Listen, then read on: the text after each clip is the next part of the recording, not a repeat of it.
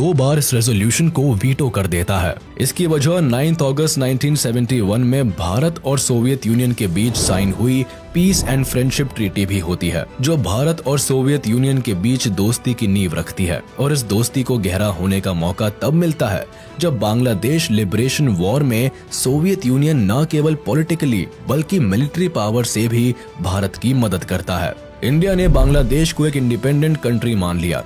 इसी दिन भूटान भी विश्व का पहला देश बना जिसने बांग्लादेश को ऑफिशियली एक इंडिपेंडेंट कंट्री के तौर पर एक्सेप्ट कर लिया। 8 दिसंबर 1971 को जब अमेरिका की इंटेलिजेंस को ये रिपोर्ट मिलती है कि भारत ईस्ट पाकिस्तान में एक ऑफेंसिव अटैक प्लान कर रहा है, तब यूएस पाकिस्तान के समर्थन में अपनी 7th fleet task force bay of Bengal की तरफ भेज देता है। यूएस का ये 7वां बेड़ा दुनिया का सबसे बड़ा एयरक्राफ्ट कैरियर होता है, जिसका वजन 75,000 टन के करीब होता है। करीब 70 फाइटर एयरक्राफ्ट को कैरी करने वाला ये शिप न्यूक्लियर पावर्ड से लेस होता है। जाहिर था कि भारत की नेवल पावर से ये कहीं ज्यादा ताकतवर होता है और उसके सामने भारत के आईएनएस विक्रांत की फाइटर एयरक्राफ्ट की क्षमता केवल 20 एयरक्राफ्ट की होती है। पाकिस्तान को अब ये वॉर अपने हक में दिखाई देने लगती है। उसे लगता है कि अमेरिका के समर्थन से उसकी जीत पक्की है। वहीं भारत पर प्रेशर होता है कि अमेरिका की नेवल शिप से उलझने के बजाय पीछे हट जाए।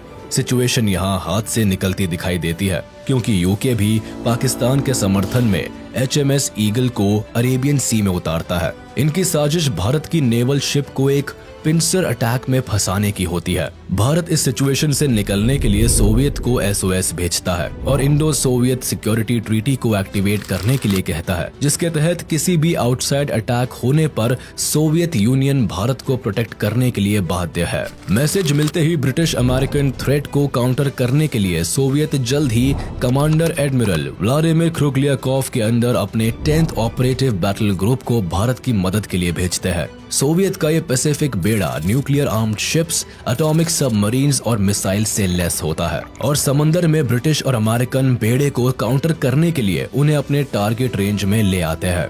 जिससे पहले यूके और अमेरिका बे ऑफ बंगाल में एंटर कर पाए, उससे पहले ही रशियन शिप्स ब्रिटेन और अमेरिकन शिप्स को अपनी मौजूदगी का एहसास करा देती है। इसीलिए ब्रिटिश शिप्स मेडागास्कर की तरफ निकल जाती है, जबकि यूएस नेवी भी अपनी टास्क फोर्स को पीछे ले लेती है। सोवियत का साथ मिलते ही भारत की एयर, नेवी और लैंड मिलिट्री डिफेंस एक साथ मिलकर पाकिस्तानी आर्मी को घुटने टेकने पर मजबूर कर देती है। ईस्ट पाकिस्तान में पाकिस्तानी आर्मी की एयर सप्लाईज कट ऑफ कर दी जाती है। नेवल रूट्स को इंडियन नेवी ब्लॉक कर देती है और जमीन पर मुक्ति बाहिनी पाकिस्तान आर्मी की जान की दुश्मन बन जाती है। 12 दिसंबर आते आते इंडिया पाकिस्तान वॉर में पाकिस्तान एक बड़ी हार के सामने खड़ा होता है। इनकी सेना को बुरी तरह खदेड़ दिया जाता है। वेस्ट पाकिस्तान का लगभग 13,000 किलोमीटर वर्ग इलाका अब भारत के कंट्रोल में होता है और पाकिस्तानी सोल्जर्स के पास बचने का कोई रास्ता नहीं होता है। जुल्फिकार अली भुट्टो पाकिस्तान की जीत के लिए एक बार फिर अमेरिका का दरवाजा खटखटाते हैं और वॉर को डिस्कस करने के लिए न्यूयॉर्क जाते हैं। अमेरिका के साथ मिलकर वो सीज फायर का एक प्रपोजल भी तैयार करते हैं, लेकिन तब तक काफी देर हो चुकी होती है। पाकिस्तानी आर्मी इंडियन सोल्जर्स के सामने सरेंडर के लिए तैयार हो जाती है। इससे गुस्से में आकर जुल्फिकार अली भुट्टो UN की असेंबली छोड़कर चले जाते हैं और यहाँ पाकिस्तान की लाचारी भी पूरी दुनिया को साफ नजर आती है। I will not be a party to it. My country hearkens for me. Why should I waste my time here in the Security Council?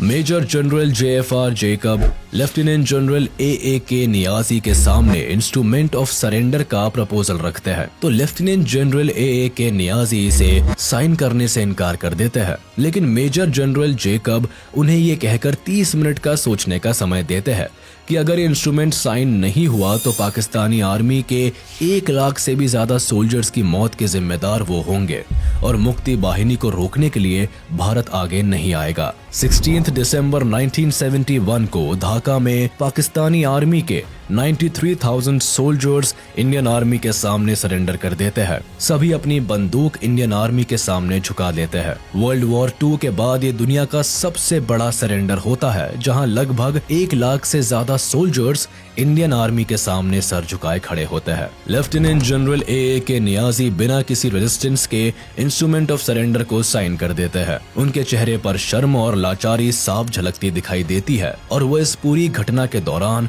शर्म से अपना चेहरा झुका लेते हैं। पाकिस्तान की वॉर में हार के साथ ही वेस्ट पाकिस्तान में सरकार गिर जाती है। भारत की ये जीत पाकिस्तान के इतिहास में काला धब्बा बन जाती है। इस जीत से जहां भारत की डिफेंस फोर्स अपना लोहा मनवाती है, वही बांग्लादेश को उनकी आजादी मिलती है। इंदिरा गांधी बांग्लादेश को इस जीत की बधाई देती है। शेख मुजीबुर रहमान को भी रिहा कर दिया जाता है और वह आजाद बांग्लादेश के पहले प्रेसिडेंट बनते हैं। लेकिन बांग्लादेश को अपनी इस आजादी की एक बहुत बड़ी कीमत चुकानी पड़ती है। कई बच्चे, जवान और इंटेलेक्चुअल्स को आजादी की इस लड़ाई में अपना सब कुछ कुर्बान करना पड़ता है।